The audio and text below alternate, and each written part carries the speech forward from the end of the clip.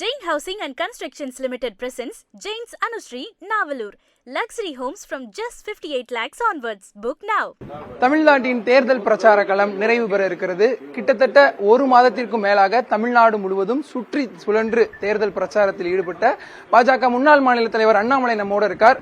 ஒரு மாதத்திற்கும் மேல தமிழ்நாடு முழுவதும் கிட்டத்தட்ட 90 தொகுதிகளுக்கு மேல பிரச்சாரம் செய்வீங்க. களம் எப்படி இருக்கு? மக்கள் என்ன சொல்றாங்க? களம் மாற்றத்தை நோக்கி சென்று கொண்டிருக்கிறது. மக்கள் மாற்றம் வேண்டும் என்று நினைக்கின்றார்கள். திராவிட முன்னேற்ற கழகத்தினுடைய ஆட்சி எந்த காரணத்திற்கும் கூட தொடரக்கூடாது என்று நினைக்கின்றார்கள்.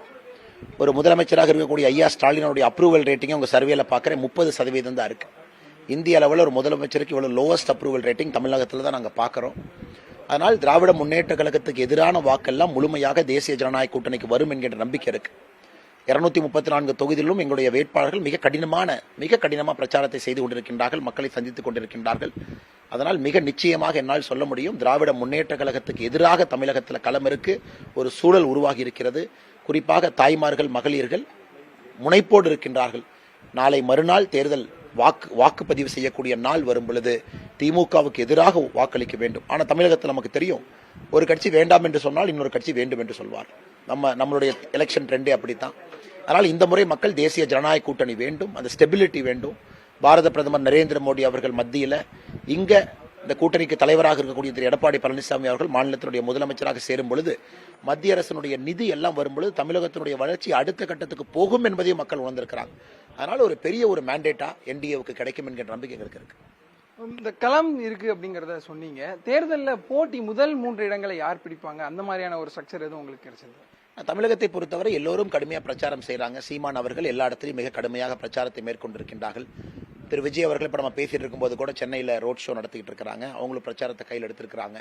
ஆனால் தமிழகத்தை பொறுத்தவரை தேர்தலுக்கு முன்பு 4 அணி 5 அணி எத்தனை அணி இருந்தாலும் கூட தேர்தலுடைய கடைசி 2 வாரம் அது எப்பவுமே 2 அணியாக மாறும். தேர்தலுக்கு கடைசி 2 நாள் இருக்கும் பொழுது அந்த வெற்றி பெற போறவங்க யாருன்னு நமக்கு தெரிஞ்சிடும். ஸோ தமிழகத்தில் கடந்த 2 வாரமாக இது 2-வே ஃபைட்டாகத்தான் இருந்துச்சு. டிஎம்கே அலையன்ஸ் ஒரு பக்கமும் என்டி அலையன்ஸ் ஒரு பக்கமும் கடந்த 2-3 நாட்களாக ரொம்ப டெசிசிவா தமிழக மக்களுடைய எண்ணம் எல்லாம் பிரதிபலிப்பெல்லாம் தேசிய ஜனநாயக கூட்டணியின் பக்கம் வந்துவிட்டதை தெளிவா நம்ம பார்க்கிறோம். பிரதமர் குறித்து மல்லிகார்ஜுன கார்கே அவர்களுடைய பதிலும் அதற்கு மறுப்பும் தெரிவித்திருந்தது. அதை எப்படி சார் பாக்குறீங்க? இது ரொம்ப ஆச்சரியமா இருக்கு. ஒரு காங்கிரஸ் பேரியக்கத்தினுடைய தலைவர், குல்பர்கா பகுதியை சார்ந்தவர், ஒரு பெரிய தலைவர். நான் கர்நாடகாவில் பணியில் இருந்த பொழுதே அவரை பார்த்திருக்கேன். ஒரு கிராஸ் ரூட்ஸ் லீடர். இன்னைக்கு காங்கிரசினுடைய பேரியக்கத்தினுடைய தலைவரான பிறகு ஒரு காந்தி ஃபேமிலிக்காக என்னவெல்லாம் அவர் பேச வேண்டிய சூழ்நிலை பாருங்க.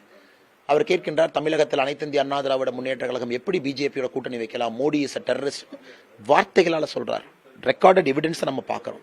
இப்ப என்ன சொல்றாரு, நான் சொல்லவே இல்லை, நான் வேற சொன்னேன், இந்த பிஜேபி ஐடி விங்க அதை பெருசுபடுத்துறாங்க.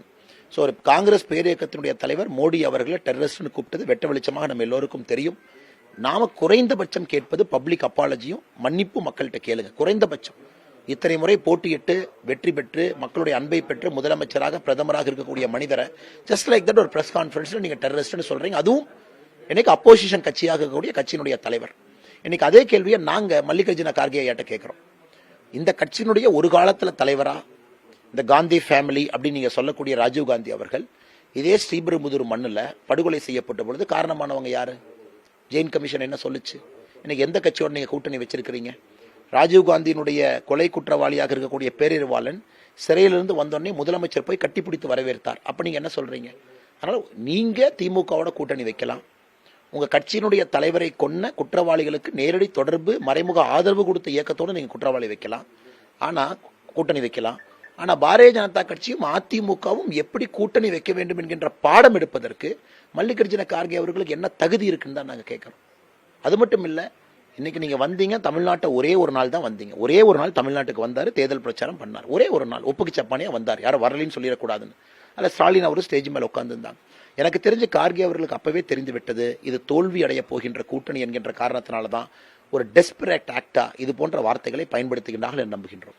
அண்ணாமலைக்கு இந்த தேர்தலில் சவாலாக இருந்தது என்ன? நீங்க லேர்ன் பண்ண ஒரு பாடம்னா என்ன? எல்லா தேர்தலும் சவால்கள் தான், எல்லா தேர்தலும் பெரிய பாடம் தான். இந்த தேர்தலை பொறுத்தவரை திராவிட முன்னேற்ற கழகத்தினுடைய அதிகார பசி, அதிகார பலம், பணபலம் முழுவதையும் பிரயோகித்தாங்க.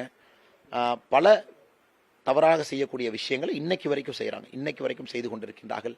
நாம பிரஸ் மீட்ல கூட பல விஷயங்கள்லாம் பேசணும். அதை தாண்டி எங்களுடைய வேட்பாளர்கள் களத்தில் நிற்கிறாங்க. அது முதல் சவால். ஜனநாயகத்தை நம்பி, பணநாயகத்தை நம்பாம ஜனநாயகத்தை நம்பி பாரதிய ஜனதா கட்சி தேசிய ஜனநாயக கூட்டணிய வேட்பாளர்கள் மற்றபடி கடுமையான வெயில் எல்லோருக்கும் இருக்கக்கூடிய பிரச்சனை. இது வந்து தொண்டர்கள் எல்லோருமே வெயில் இருக்கிறாங்க. இந்த முறை அதிகப்படியான ரோட் ஷோ, நிறைய மீட்டிங் எல்லாமே வழக்கமான தேர்தலை விட பாரதிய ஜனதா கட்சியும் அதிக இடங்கள் 27 இடத்துல போட்டியிட்டு இருக்கு. ஸோ 27 வேட்பாளர்கள் களத்தில் இருக்கிறாங்க.